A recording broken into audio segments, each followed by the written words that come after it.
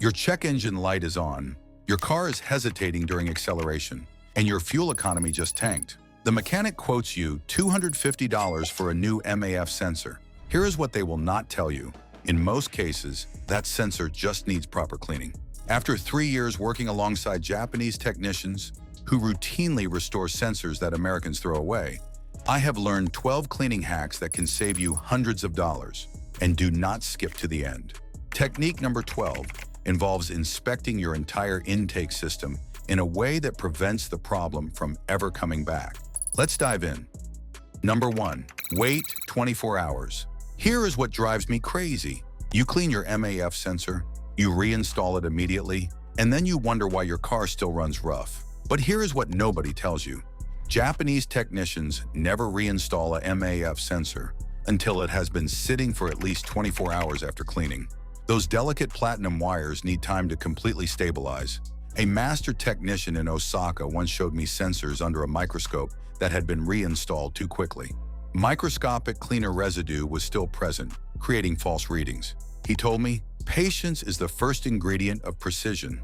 I learned this the hard way when I rushed a sensor back into my own Honda Civic and dealt with rough idling for 2 weeks. Now I follow the 24-hour rule religiously. My success rate jumped from about 70% to nearly 95%. But if you think waiting a day is surprising, number 2 will make you question everything. Number 2, spray with the flow. Most people spray cleaner randomly all over the sensor element. In Japan, I learned that MAF sensors have a directional airflow. Cleaning against this flow is like brushing your hair in the wrong direction. A technician in Nagoya showed me airflow direction using smoke. Always spray your cleaner following the natural airflow direction, from the intake side toward the engine side. Hold the can about 4 to 6 inches away. Use short, controlled bursts. Japanese mechanics call this breathing with the sensor. When you spray against the flow, you can bend microscopic wires backward, creating permanent calibration issues. A mechanic in Kyoto once showed me 2 sensors from identical vehicles. One had been cleaned properly for 5 years. The other had been replaced 3 times because the owner cleaned against the flow. The difference under magnification was shocking. Number 3, clean it completely cold. How many of us have been told to clean the MAF sensor while it is still warm? I used to believe that too, until a master technician in Tokyo looked at me like I had suggested drilling holes in my engine block. Japanese technicians insist on cleaning MAF sensors only when they are completely cold. Cold to the touch, not just cooled down for 10 minutes. When platinum wires are warm, they are expanded and more fragile. Spraying cold cleaner on warm wires causes rapid thermal contraction. That creates microscopic stress fractures. I tested this myself on 2 identical sensors. After simulating 5 cleaning cycles each, the warm clean sensor showed a 12% deviation in readings. The cold clean sensor stayed within 2% of factory specifications. Replacing a sensor every 30,000 miles versus maintaining the original for 150,000 miles or more, that cost comparison is brutal. Number 4, never touch the wires. After spraying, people instinctively want to wipe or dab the sensor. Stop! An old mechanic in Sapporo once grabbed my hand mid-wipe and said, "Would you clean your eyeball with sandpaper?" Paper towels are like concrete blocks to elements that measure in microns. Japanese technicians use only 2 things after spraying: gravity and time. Hold the sensor with the element facing downward and let the cleaner drip away naturally. A sensor that had been gently dabbed just 3 times showed visible scoring marks and fiber deposits. Meanwhile, untouched sensors were still accurate after 10 years. Every time you touch those wires, you shorten their life.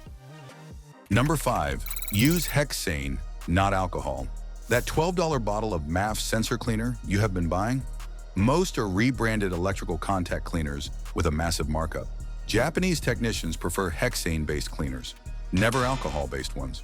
Alcohol can leave microscopic residue as it evaporates, creating a thin film that affects accuracy. Under ultraviolet light, an alcohol-clean sensor showed fluorescent residue deposits.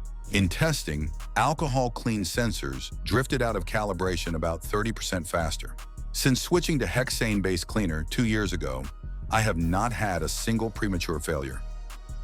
Number 6, 3 passes only. Most people spray like they are painting a fence. Japanese technicians follow a precise 3-pass system. First pass, a gentle mist from 6 to 8 inches away. Wait 30 seconds. Second pass, direct spray from 4 to 5 inches away. Wait 30 seconds. Third pass, final rinse from about 6 inches at a 45-degree angle. A technician in Kobe told me, first pass loosens, second pass removes, third pass purifies. This method used 40% less cleaner and produced better results. One sensor cleaned this way lasted 87,000 miles before showing measurable drift. Precise is better. Number 7, pulse compressed air correctly. After the final cleaner pass, Japanese mechanics use ultra-dry compressed air, but not shop compressor air. Garage compressors contain moisture and oil. Use canned compressed air from about 12 inches away. Apply quick 1 to 2 second pulses. Never a continuous blast. A technician in Fukuoka explained, "We are not trying to blow the sensor clean. We are accelerating evaporation." Sensors dried this way showed zero trace contamination under ultraviolet inspection. A $4 can lasts for roughly 20 to 25 cleanings. Sensors dried properly return to accurate readings about 40% faster. Number 8, clean by symptoms, not mileage. You have probably heard to clean your MAF every 30,000 miles. An old technician in Osaka laughed when I mentioned that schedule. Americans maintain by miles. Japanese maintain by symptoms. Watch for early warning signs. Slight hesitation during acceleration. Minor idle fluctuation. Reduced fuel economy. Use an inexpensive OBD2 scanner to monitor live MAF data every few months. If readings drift more than 5% from baseline, that is when you clean. My sensors now last roughly twice as long.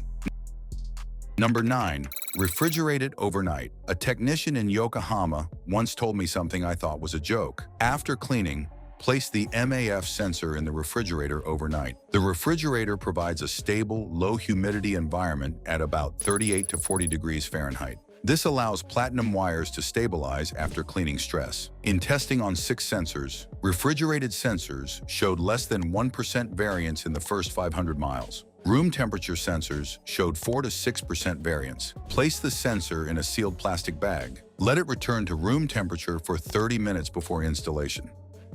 Number 10, torque it properly. If you hand tighten your MAF sensor until it feels snug, you are doing it wrong. Japanese mechanics use a torque wrench calibrated in inch-pounds. Most MAF sensors require 18 to 22 inch-pounds of torque. Over-tightening can distort the housing and throw readings off by as much as 8%. A basic inch-pound torque wrench costs around $25 to $30, far less than replacing a misdiagnosed sensor. Number 11, inspect under magnification. Before reinstalling, inspect the sensor under magnification. A jeweler's loupe or a small USB microscope with at least 10 times magnification works perfectly. Under magnification, you may see microscopic oil droplets, fiber residue, incomplete evaporation, tiny debris between wires. An engineer at Mazda once showed me a sensor I thought was perfect. Under magnification, 3 contamination spots were still visible. After correcting them, readings improved from a 3% variance to less than 0.5%. Verify, do not assume. Number 12, check the entire system. Here is the secret that changes everything. You cannot think about the sensor in isolation. Japanese mechanics inspect the entire intake system every time they clean a MAF sensor. They check the air filter, intake hoses for cracks, throttle body carbon buildup, PCV system operation, engine oil condition. A dirty MAF sensor is usually a symptom, not the root cause. One vehicle serviced for 12 years still had its original MAF sensor at 180,000 miles, cleaned 5 times, and still within factory specifications. Each time it was cleaned, the underlying cause was identified and corrected. That extra 30 minutes of inspection can mean cleaning every 60,000 miles instead of every 20,000 miles. That is the difference between replacing parts and mastering the system.